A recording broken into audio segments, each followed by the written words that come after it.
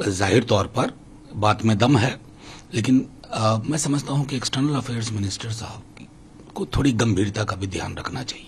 अभी हाल में ही उन्होंने एक बार बयान दिया कि 2014 के बाद हिंदुस्तान की फॉरेन पॉलिसी को, मैं समझता हूं कि उनका इतिहास 2014 से नहीं शुरू होना चाहिए, उससे पहले भी इस देश का इतिहास था। बहरहाल पाकिस्तान के संदर्भ में जो उन्होंने बात कही है उसमें कोई दो मत नहीं कि पाकिस्तान को रिजॉल्व करना होगा कि सभ्य मुल्कों की श्रेणी में शुमार होने के लिए क्या ज़रूरत है और क्या चीज़ें चाहिए।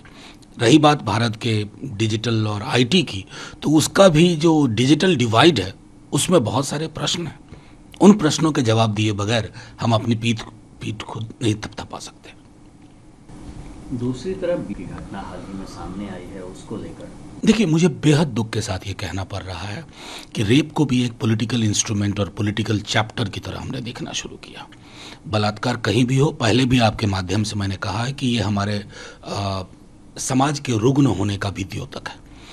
ये लोग उत्तर प्रदेश में चुप हो जाते हैं, मध्य प्रदेश में चुप हो जाते हैं, और कहाँ बोलते हैं? राजस्थान।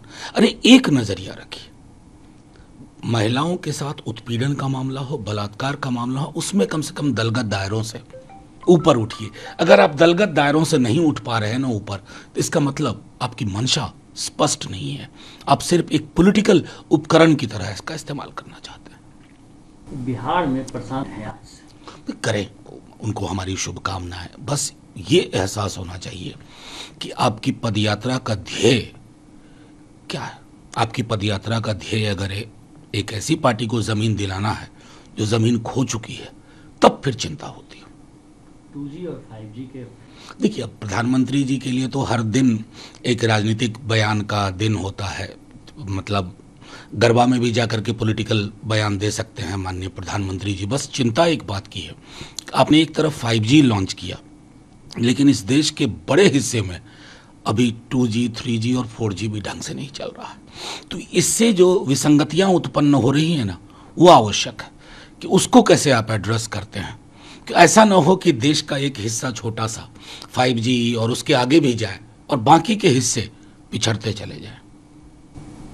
और मदरसा का सर्वे अब कर्नाटक में भी शुरू होने जा रहा है इसमें। देखिए, बिल्कुल करिए ना, मैं तो बार बार कहता हूं मदरसा का सर्वे करिए, ये सारे काम 1 महीने में निपटा लीजिए, लेकिन उसके बाद बेरोजगारी पे बात कीजिए, उसके बाद महंगाई पे बात कीजिए, उसके बाद गिरते सामाजिक सौहार्द पे बात करिए, उसके बाद बात करिए कि आपने आज़ादी के 75वें वर्ष में इस देश को कहां से कहां ला करके पहुंचा दिया है, वो सब करिए ना।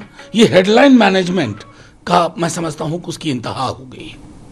और तमिलनाडु में सफल नहीं होगी लोगों को बांटने में। देखिए, देश को बांटने तमिलनाडु के मुख्यमंत्री जी कह रहे हैं, वो एक बड़े वर्ग की चिंता का विषय है।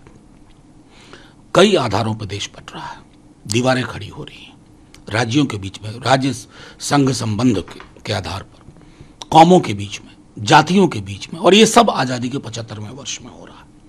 और डॉग विसिल पॉलिटिक्स कर रहे हैं केंद्र में काबिज भाजपा की सरकार। ये इन्हें पता नहीं कि जब ये कभी भी जब सत्ता से मुक्त होंगे ना, इतना बड़ा नुकसान कर चुके होंगे देश का, जिसको रिकवर करना, रिट्रीव करना मुश्किल होगा।